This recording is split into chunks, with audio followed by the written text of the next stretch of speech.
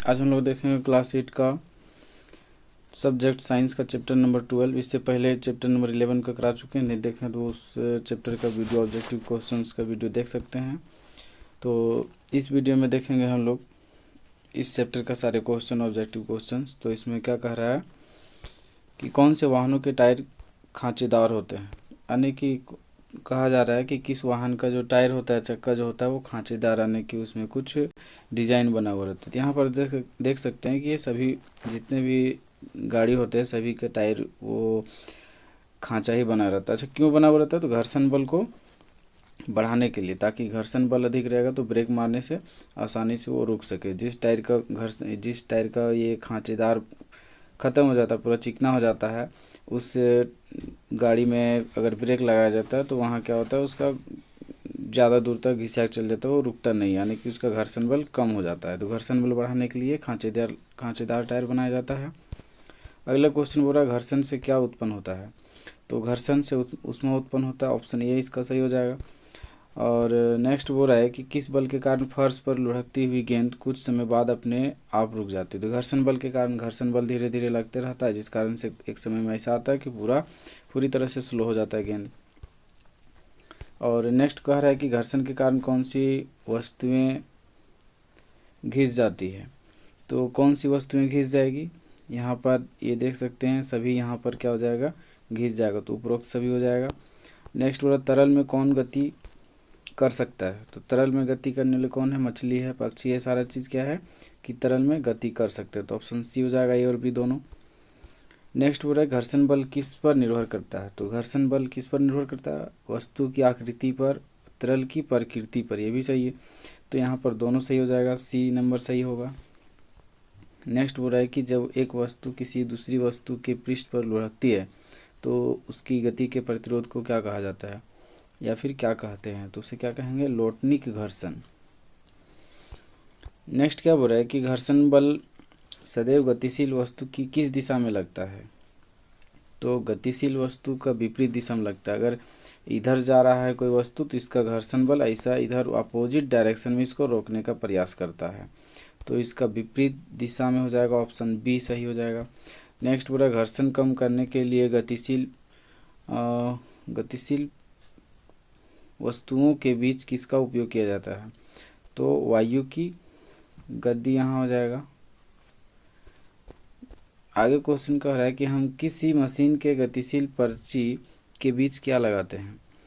तो गतिशील पर्ची के बीच, यानी कि जो घूमता है, राउंड अप करते रहता है एनी टाइम, उसके बीच क्या लगाते हैं? तेल भी लगाया जाता है, ग्रीस भी, ग्रेफाइट भी, ये सारा चीज़ लगाया जाता है, यानी कि उपरोक्त तो सभी हो जाएगा। नेक्स्ट बोला घर्षण किस कारण से होता है? तो घर्षण किस कारण से होता है? यहाँ पर देख सकते हैं दो पृष्ठों की अनियमितताओं के कारण होता है, यानी कि ऑप्शन ए इसका सही हो जाएगा। नेक्स्ट बोला बॉल जो होता है, ये बॉल बेयरिंग का उपयोग किन चीज़ों में किया जाता है? तो किस में किया जाता है? यहाँ पर देख सकते हैं जितने भी घूमने वाले चीज़ है सारे इसमें किया जाता है, तो ऑप्शन डी इसका सही हो जाएगा। नेक्स्ट बोला कौन सी प्रक्रिया में ऊर्जा का क्षय होता है? तो कौन सा प्रक्रिया में? तरल में गति, घर्षण बल, ये सभी में क्या होता है? यहाँ पर ऊर्जा क्षय होता है, तो ऑप्शन सी दोनों सही हो जाएगा। तो यहाँ पर कह रहा है उल्का और शूटिंग सितारों की बौछार का क्या कारण होता है? तो उसमें क्या होता है? हवा का घर्षण होता है, यानी कि ऑप्शन ए। और नेक्स्ट बोल रहा है अधिकांश मशीनों में सरपन घर्षण को लोटन में किसके प्रयोग से प्रतिस्थापित किया जाता है? तो किसके प्रतिस्थापित से? तो बॉल बेयरिंग के प्रतिस्थापित करने से, इसके प्रयोग करने से ये प्रतिस्थापित हो जाता है। अच्छा, नेक्स्ट क्वेश्चन बोल रहा है कि 4 बच्चों को लोटनिक स्थैतिक सर्पी घर्षण के कारण घटते हुए बलों को व्यवस्थित करने के लिए कहा गया। उनकी व्यवस्था नीचे दी गई है, सही चुनना है, सही कौन सा होगा? तो सही कौन सा हो जाएगा? स्थैतिक हो जाएगा, उसके बाद सर्पी, फिर लोटनिक। लोटनिक में क्या होता है? यहाँ पर घटते हुए क्रम में बोला गया है, तो सबसे कम किस में हो जाएगा? ये लोटनिक में सबसे कम घर्षण बल होता है, और सबसे अधिक स्थैतिक में हो जाएगा। इससे 2 क्वेश्चन और बन जाएगा।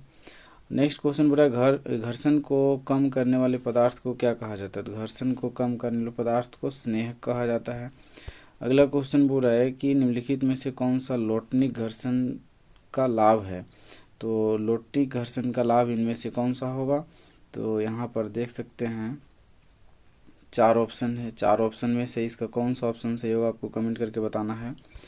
और अगला क्वेश्चन कह रहा है कि तरल द्वारा लगाए गए घर्षण बल को क्या कहा जाता है। तो तरल द्वारा लगाए गए घर्षण बल को क्या कहा जाएगा यहाँ पर, तो लोटनिक घर्षण हो जाएगा। और अगला क्वेश्चन बोल रहा है जब कोई वस्तु गतिमान नहीं होती है तो घर्षण कहलाता है, घर्षण क्या कहलाता है। तो इस क्वेश्चन का आंसर आपको कमेंट करके बताना है। नेक्स्ट क्वेश्चन क्या कह रहा है यहाँ पर, निम्नलिखित में से कौन सा कम घर्षण उत्पन्न करता है। तो यहाँ पर कौन सा हो जाएगा, तो लोटनिक घर्षण सबसे कम घर्षण उत्पन्न करता है। नेक्स्ट बोल रहा है साबुन के फर्श पर गति करना कठिन होता है। क्यों कठिन होता है, क्योंकि उसमें घर्षण जो है सो कम होता है, यानी कि ऑप्शन 20 का सही हो जाएगा।